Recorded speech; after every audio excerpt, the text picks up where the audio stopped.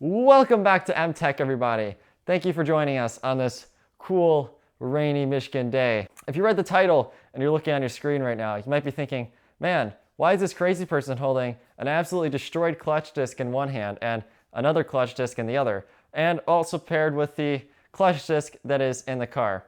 Today we're going to discuss, as you might have guessed, clutches.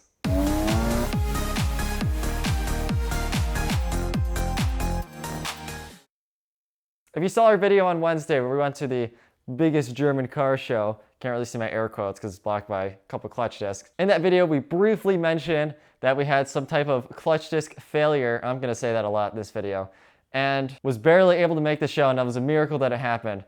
Well, this is the follow-up video to that, so no more waiting. So we also made a community post about it, about this guy predominantly here. This is a Kevlar sprung clutch disc from the FX Stage 2 clutch kit. And as you can see, it is absolutely decimated. I was in the middle of Lima, Ohio with a friend. We're doing the cooling system on his 323i, the red one from last year. Ethan, you may remember that video. There will be a couple more videos following, but that's not what we're talking about today. I threw him the keys to drive it, and not even 5 minutes into him driving it, I'm driving his car, he's behind me. I see hazards in my rearview mirror, and he pulls up, says there's no clutch disc, and that was kind of the magic words that I kind of knew were coming, but was just really hoping was not gonna come. Going further back, if you all remember last year, I had started having clutch engagement issues, and I kept saying I wanted to make a video talking about the FX Stage 2 clutch kit, but I didn't want to do it until I resolved this issue.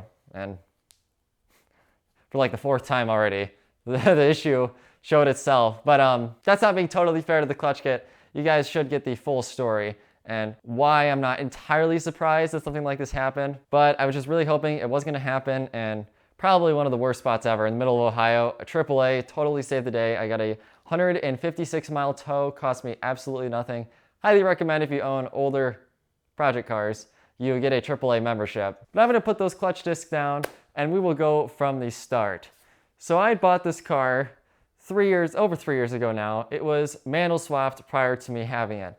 In comes clutch disc 1, the one the car came with. The previous owner had manual swapped it with an FX Stage 1 clutch kit, which is supposed to be an OEM Plus single mass conversion, the 17-pound steel flywheel and a sprung clutch disc. No problems there. I test drove the car. It drove all right. The reverse lights worked on the car.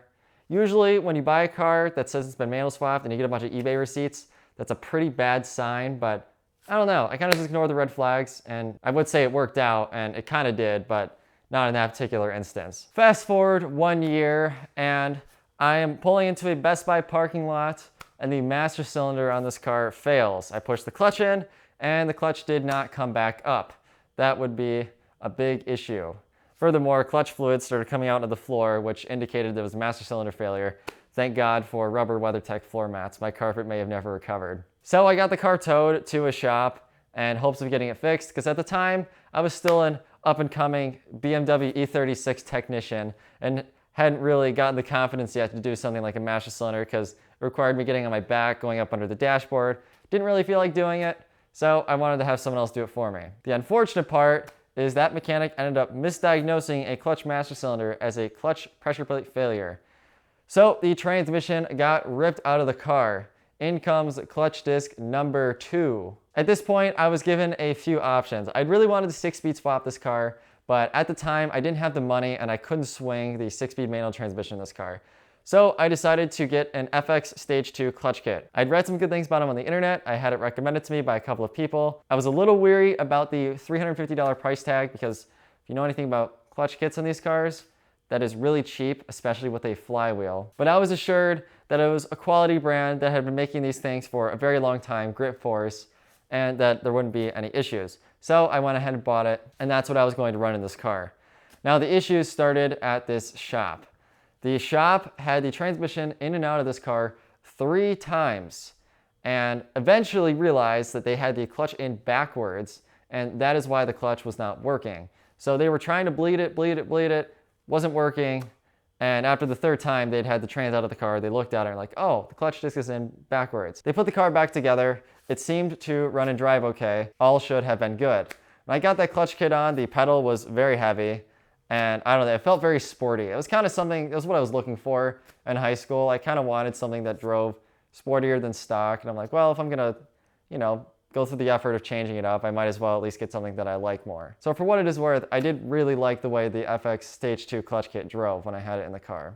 Fast forward another year, I start having a rhythmic vibration in the driveline, accommodated with sometimes the car would occasionally just like grind gears, and honestly, after I'd gotten it back from that first shop, it just never seemed to shift quite right.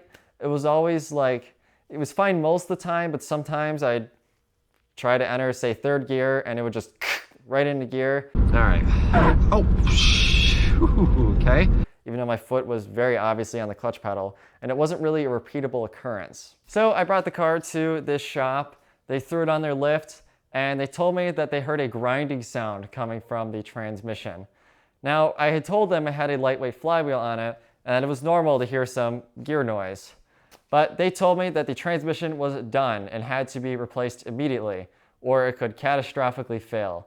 Of course, me, freshman in college, not really knowing any better, took the words of a shop that I thought was reputable, and took what they told me as factual, because who am I to tell a shop that they're wrong? They're the ones who are qualified to work on the car, not me. That's why I paid them in the first place. So at the time, I couldn't really afford to fix the car, so I parked it. In comes around Christmas time, and my mother was nice enough to help me pay to fix this car. We got a clean 200,000 mile ZF gearbox. We ordered all the parts, and we were going in to replace the transmission. Now, while we were in there, I did tell them that the clutch disc was put in backwards early in its life, and they weren't even gonna take it apart and look at it, but I pleaded with them, and I said, I will pay you the extra hour and a half of labor to go ahead and pull apart the clutch sandwich and take a look. They sent me photos of the clutch disc.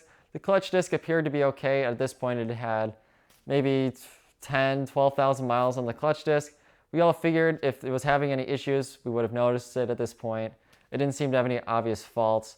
So we went ahead and put the same FX Stage 2 clutch kit back together, and we put the new trans in the car, and that was that. When I got it back, I still had the same rhythmic vibration, and it ended up being a bent rim.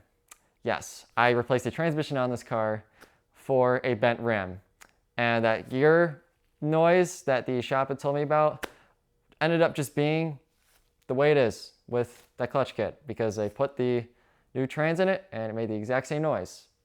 Go figure, I was right.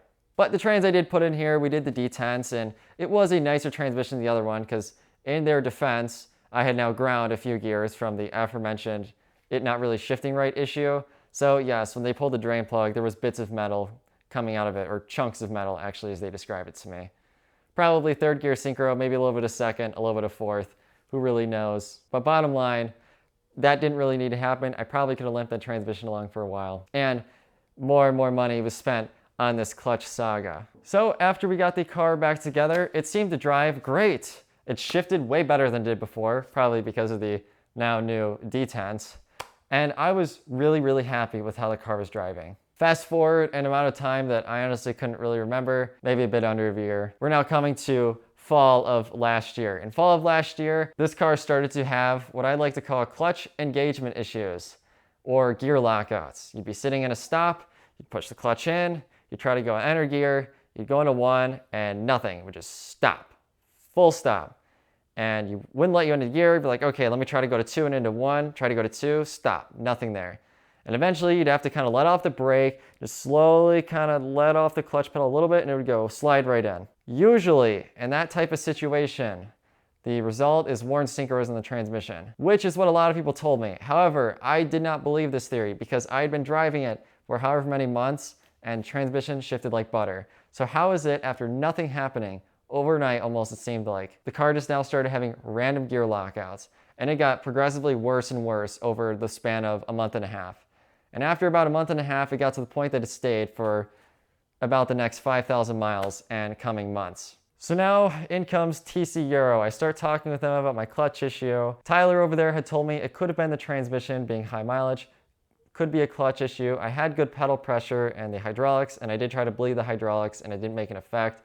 So we deemed a clutch disc was at least worth trying. We had been coordinating this for a while, and eventually we were going to do it in late July. I went ahead and ordered the parts in early July. Next day, I have the failure of that clutch disc. If we pull our clutch disc here, you can see what happened to it.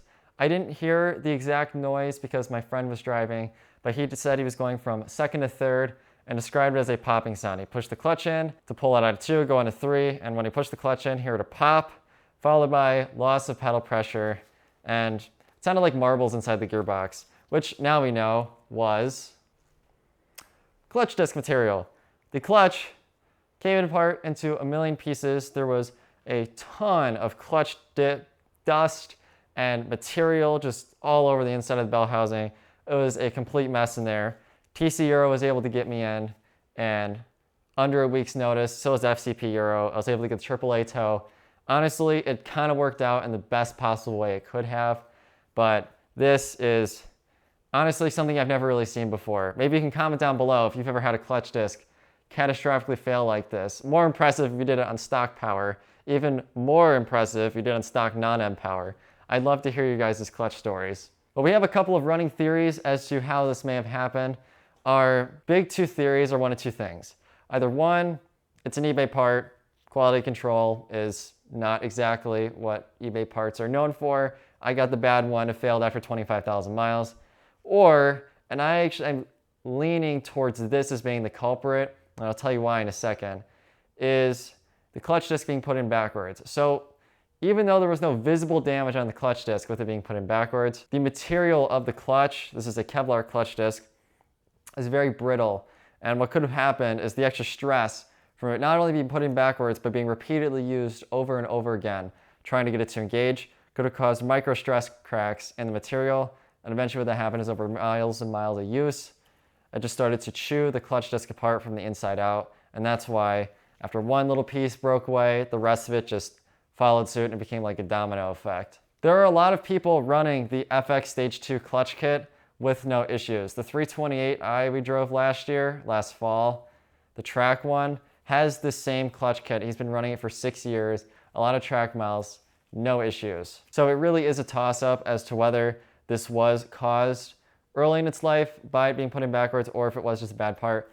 Nevertheless, doesn't really give me much comfort because this is now what happened inside of my poor 200,000 mile ZF gearbox. Fortunately, there was no damage to anything other than really the clutch disc itself and just the whole kit in general, so I did get off easy on that one. And so that brings us to today. You might be asking now, well, what clutch disc do you have in your M3, Sonny?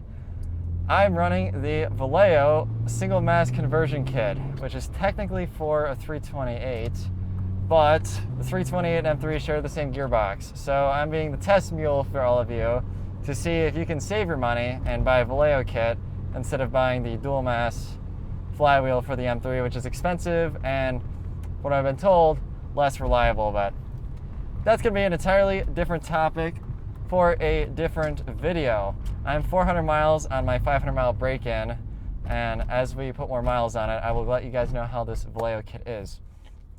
Total dollar amounts for everything I've spent, I've paid close to $7,000.